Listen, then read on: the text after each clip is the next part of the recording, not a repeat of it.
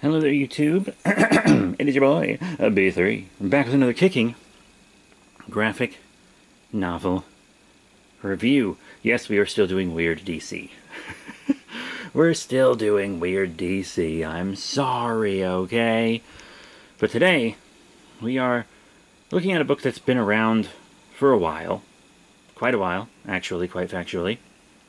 DCeased from 2019. I remember when they first started promoting this book as single issues, it looked like it was going to be a Batman-centric story. And every big event seems to be Batman-centric for the most part. I mean, I guess it is kind of an event. Maybe you could say it's not an event. But because it is an alternate dimension story, Elseworlds, All-Star, Black Label, whatever your favorite label for alternate realities is. But let me give you a read-up of the back of the book. The end is here. 600 million people. That's how many fall victim when a mysterious techno-organic virus is unleashed on Earth. 600 million infected. 600 million turn into mindless, rampaging killers, bent on death and destruction. And that's just the beginning. Cities, nations, undersea kingdoms, and paradise islands. One by one, they fall to the monstrous hordes. Now only Superman, Batman, Wonder Woman, and the rest of the Justice League stand between Earth and utter annihilation. But for how long? Nothing they've ever faced has prepared them for an onslaught of this magnitude. Nothing they've ever seen can match the scale of the tragedy and terror that have been unleashed. As heroes and villains, gods and monsters are wiped out. Only one question remains. What happens to the world's greatest heroes if the world ends? New York Times bestselling writer Tom Taylor from Injustice joins artists Trevor Herrenstein from Red Hood and the Outlaws and Stefano Gaudiano from The Walking Dead to unleash an all-new version of the DC Universe's darkest hour in DCeased. But be warned, the horror is contagious. Collects DCeased 1 through 6 and DCeased A Good Day to Die #1. So yeah, it's basically a DC Comics zombie story. They're not traditional zombies. It's the anti-life equation was corrupted by death inside of Cyborg. The Justice League ran Darkseid off of Earth, but Darkseid was just attacking so that his minions would have time to capture Cyborg. And they did. And they pulled half the anti-life equation out of him to complete theirs, but the Black Racer kind of ruined it. Turned it into this horrific zombie virus that infected Darkseid. And it's kind of an intelligent anti-life virus. So Apocalypse blows up because Darkseid is strong as shit. Cyborg gets boom-tubed back to Earth, but then he immediately connects with all the tech on Earth and spreads the virus. So anyone who sees a screen is infected, but also anyone who's like bitten or scratched or anything is also infected. So it has traditional zombie transmitters, but it's also transmitted via tech, which is insane. So it's functionally impossible to ignore, right? Because even regions of the world that don't have tech, all it takes is one infected person heading that way, or one person having tech over there being infected. Bada bing, bada boom. World's done. Just done. But Superman's avoiding it in a very clever way. He's just constantly using his X-ray vision, so whenever he looks at a screen, he doesn't see the virus. Actually, it's really clever. Very cool. But a lot of people get infected, including nearly the entire Bat family. Tim gets infected, which is not great. Nightwing gets infected. Also not great. And then they infect Batman. And he passes the mantle of Batman down to Damian before Alfred has to put him down. It's really sad. And then Harley's going to go confront the Joker, but when she finds him, he's already zombified. Hal Jordan gets zombified, and Black Canary ends up having to put him down to save Oliver. And she becomes the new Green Lantern of the Sector. So Green Canary is a very cool looking character. I would get that figure. I'd get that action figure. Faux show. Yo. But there's a lot of really clever stuff in this book, like Batman stalling the virus by wearing one of Mr. Freeze's cryo suits, and just all kinds of clever stuff, and such a deep understanding of so many characters. Tom Taylor really is one of the best comic writers out there, and probably the best Elseworlds writer out there. He's done so many crazy, amazing alternate stories for DC Comics. Really, it is truly incredible. But we also get to see a lot of the Super Sons, John and Damian. I love John and Damian. I really wish they would have left John younger and let him and Damian age more together instead of, aging him up. Wasn't a fan of that.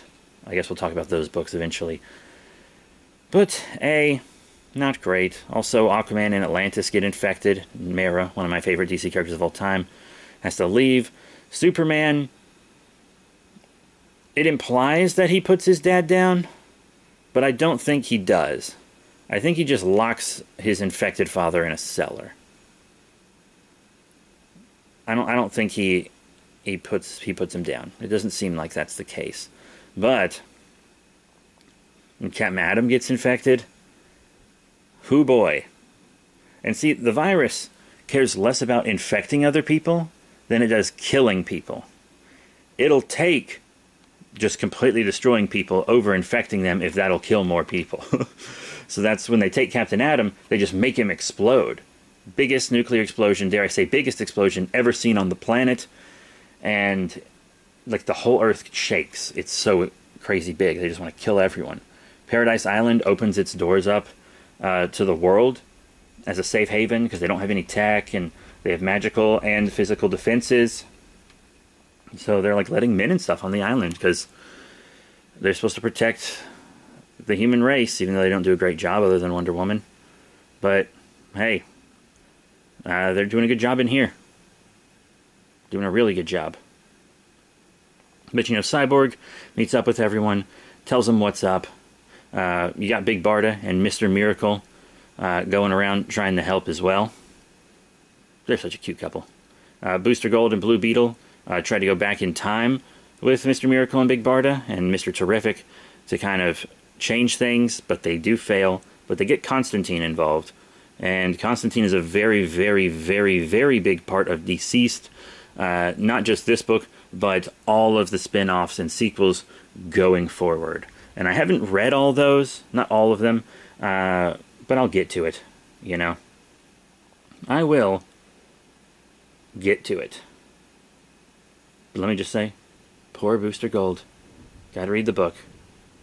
Also, Dr. Fate and Zatanna, two of my other favorites, show up, which is really good. And, Constantine behaves towards them as he usually does. We get to see a really nice moment between Lex and Superman when Metropolis is destroyed.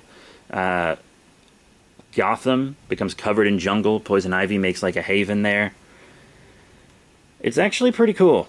I really like DC making Poison Ivy kind of this anti-villainy, anti-hero-y character with Harley. It's just great. It really is good stuff. Also, Lois punches Lex in the face. That's cool, too. The Flashes are supposed to stay out of things so they don't get infected, because if the Flashes get infected, they can infect the whole world in the blink of an eye, Sadly, one of them does get infected. Barry, specifically. And Superman has to stop him. But in the process, Superman gets infected. The worst possible scenario. But do you remember what I said about the infection? It cares more about causing death than spreading itself. So Superman, to cause the most death possible after fighting on Earth a little bit, flies into the sun and starts to absorb the entire thing. He just starts using every speck of his ability to suck as much solar energy as possible. And he's going to do it until the sun is gone, killing the entire solar system. So fighting for Earth becomes pointless. The Green Lantern Corps shows up, and they help evacuate the non-infected. Sadly, Wonder Woman also becomes infected and just brutalizes Cyborg. But we find out at the very end, after Cyborg lassos the infected Wonder Woman in her own lasso of truth, this virus is indeed sentient, and it knows that there is a cure, But when it tells Cyborg that, it then kills him while everyone else is off planet. So Cyborg has been scrapped. Everyone's left Earth, and they don't know about the cure. Uh-oh. Uh-oh. But in the future, we do get to see the Trinity's successors, which will be fun.